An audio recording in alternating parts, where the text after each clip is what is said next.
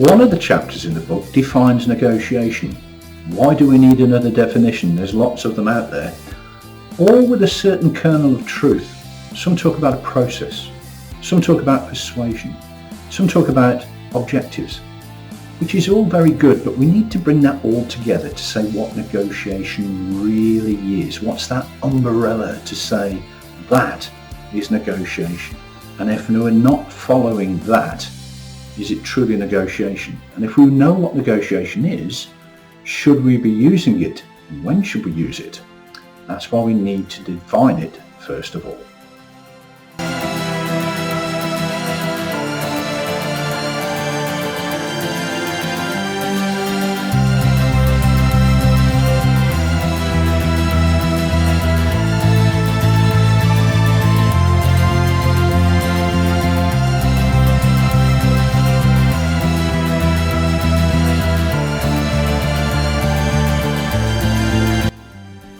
As we move through the negotiating compass, we start to talk about the different types of negotiation.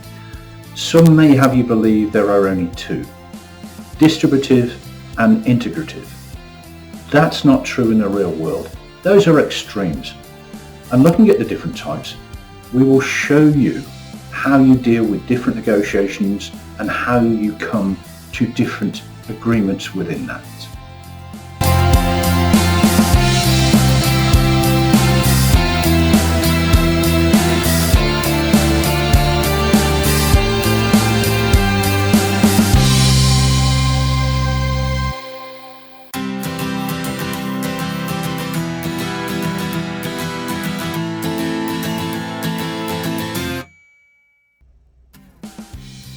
There would be no point having a book called The Negotiating Compass if we didn't explain the compass. So again, there is another chapter which tells you all about the compass and the different points that it can go towards.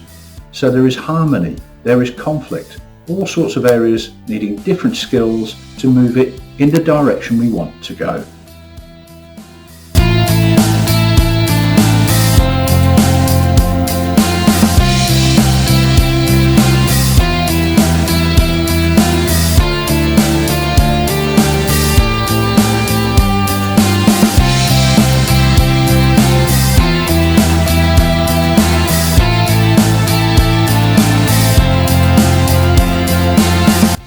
What's the point of a compass without a map?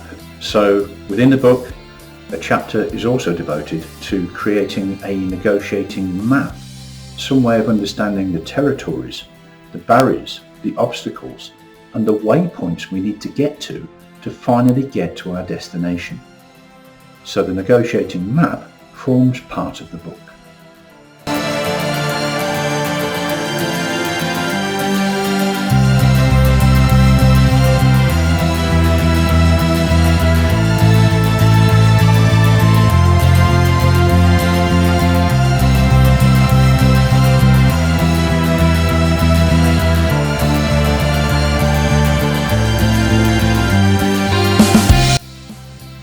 One point that always fascinates me with negotiation is the fact that some people don't have the confidence or commitment to complete the negotiation.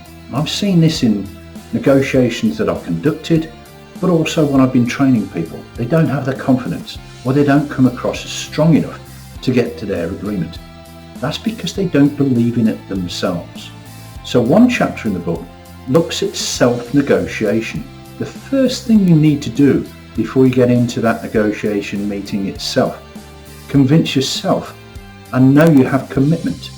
And one chapter then looks at how you can make this happen.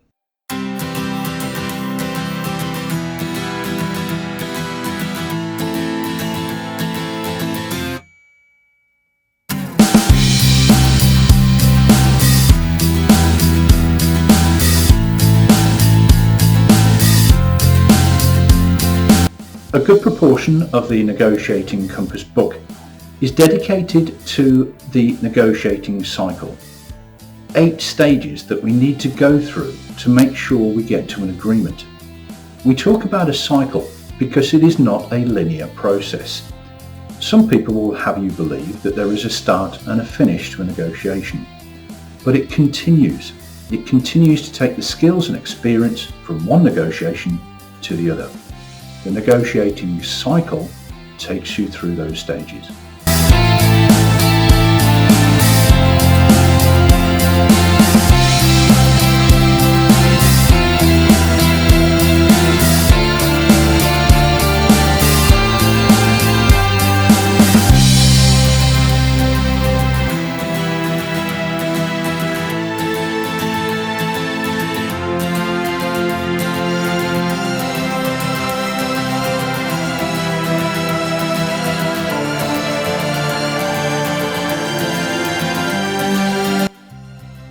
Clearly, we need skills to negotiate.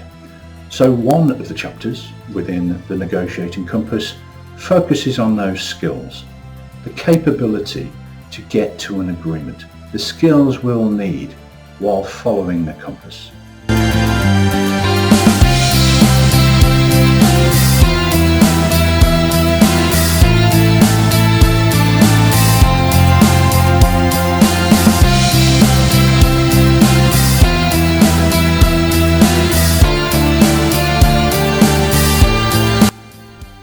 When we negotiate, we need to get inside the mind of the other party, not only get in there, but be able to guide it towards what we need.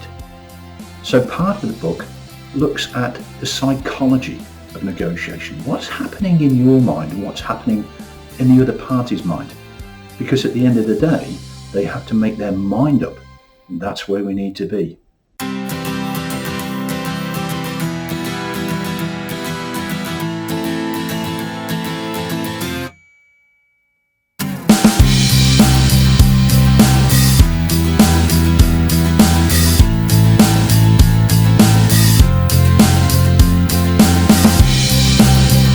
Within the Negotiating Compass, I talk about physical routes.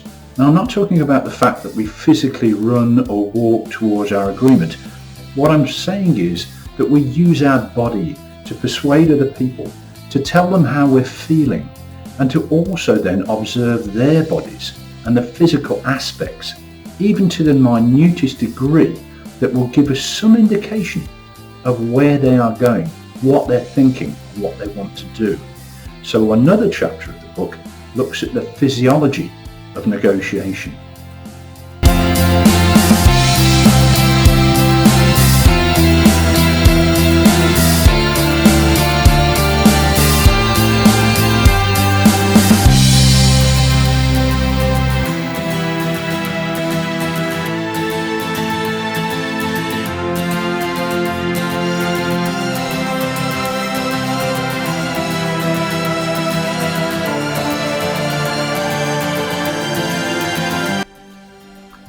One chapter in the Negotiating Compass is given over to virtual negotiation. Now, virtual negotiations are becoming very popular. They're cheaper, they're easier to conduct, and with technology, they are growing. But virtual negotiations in themselves also need specific skills. And that's why in the Negotiating Compass, there's a chapter devoted to virtual negotiation.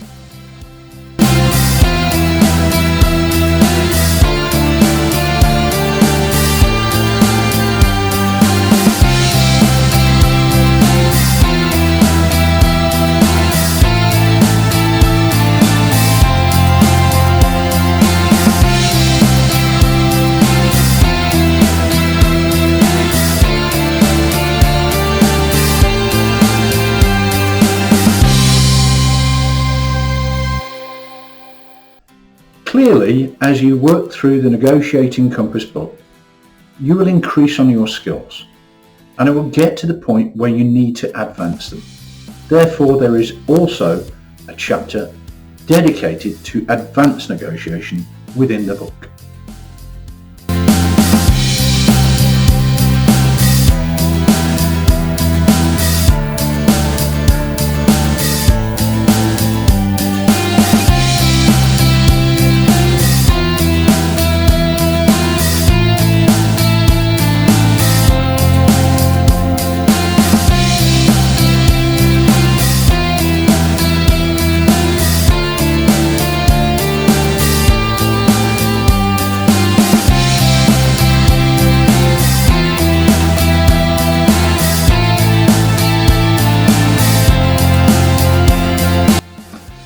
Negotiations can be national or international, so a part of the book is also dedicated to international negotiations, understanding how different cultures and different countries negotiate, identifying the different skills you'll need to negotiate with people from other continents.